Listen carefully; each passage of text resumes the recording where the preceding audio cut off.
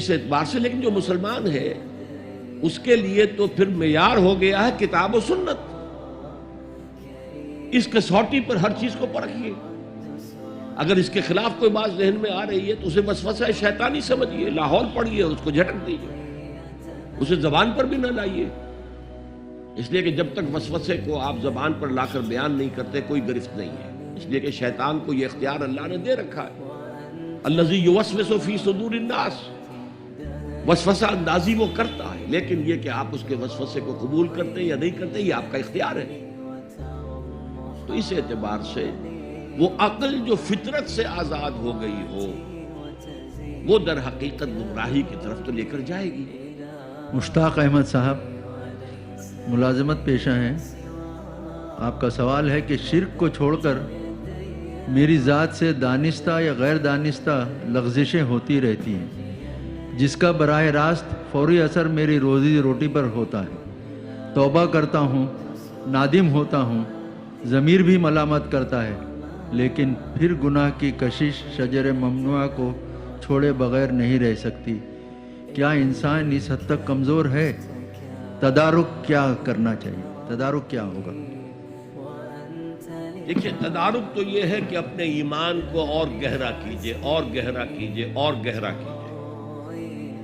جس کا منبع اور سرچشمہ قرآن ہے. قرآن پڑھیں اور قرآن کو اول تو کوشش کریں، اگر آپ کی عمر ابھی ایسی ہے کہ آپ سیکھ سکتے ہیں تو عربی زبان سیکھیں اور قرآن کو اپنی آنکھ سے پڑھیں، ترجمے سے نہیں.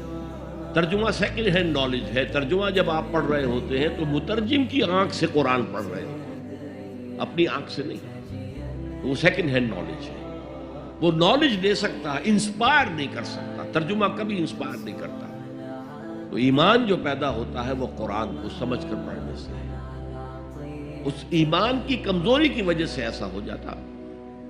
اچھا یہ بھی ہے کہ بعض طبائع جیسے کوئی جسمانی طور پر بہت قوی ہے، بعض جو کمزور ہیں پیدا ہی لاغر ہوتے ہیں اور پھر ساری عمر لاغر رہتے ہیں. ایسے ہی اندر سے انسان کے اندر جو قوت ارادی ہے وہ بھی بعض کی مضبوط ہوتی ہے، جو فیصلہ کر لیا ڈٹ گئے. بعض کی قوت ارادی اتنی مضبوط نہیں ہوتی. مثلا بعض لوگ سگریٹ چھوڑنا چاہتے ہیں، نہیں چھوڑ سکتے. 8 مہینے 10 مہینے پھر اس کے بعد جو ہے وہ دوبارہ عود کر دیے. تو یہ وہ ان کی جو ول پاور ہے، اسٹرینتھ آف ڈٹرمینیشن، وہ کم ہے. تو اللہ نے ان کے لیے بھی فرمایا توابون خطاؤون کل بنی آدم خطاؤون، اور خیر الخطائین التوابون. تمام انسان انتہائی خطا کار ہیں. ان خطا کاروں میں وہ ہیں جو توبہ بہت کرتے ہیں. اور ایسی حدیثیں موجود ہیں کہ جس وقت آپ نے توبہ کی، ایک دفعہ اس عمل کو چھوڑنا لازم ہے. اس وقت یہ ارادہ ہونا چاہیے کہ اب دوبارہ نہیں کروں گا. اس وقت دل کے اندر جو ہے پشیمانی ہونی چاہیے. اور اگر وہ حقوق و لباد کا گناہ ہے تو یا تو جس کا پیسہ مارا ہے اس سے معافی حاصل کرے یا کمپنسیٹ کرے، اس لیے کہ حقوق و لباد کے جو معاملات ہیں وہ اللہ معاف نہیں کرے گا. اپنے حقوق کو معاف کرنے میں وہ بہت سخی ہے. اس کے بعد آپ کچھ عرصے کے بعد پھر گناہ ہو گیا، پھر توبہ کریں. پھر گناہ ہو جائے پھر توبہ کریں. جڑے رہیں اللہ کے ساتھ.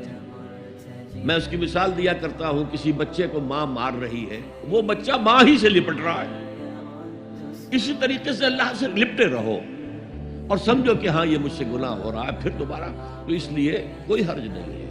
اگر آپ کی قوت ارادی کمزور ہے تو اللہ تعالیٰ جو ہے آپ کی جو بھی قوت اس نے آپ میں رکھی ہے، آپ کے جینز میں کوئی کمزوری ہے تو میں بیان کر چکا ہوں کہ جو شاکلہ انسان کا ہے، قل کل یعمل علی شاکلتہ، یہ وہ جینز کے ذریعے سے بنتا ہے اور ماحول کی وجہ سے بنتا ہے.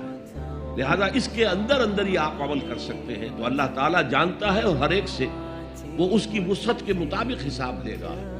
لا یکلف اللہ نفسا الا وسعہا. تم اپنے آپ کو اولاد میں انویسٹ کر دیتے ہو، اپنی پوری جوانی کی قوتیں اولاد کے اوپر صرف کر دیتے ہو. اولاد کتنی ایسی ہے جو والدین کی خدمت کرے پھر بڑھاپے میں کوئی بدلہ دے سکتی؟ ہاں، اللہ کے لیے جو کرو گے اس کا بدلہ محفوظ ہے.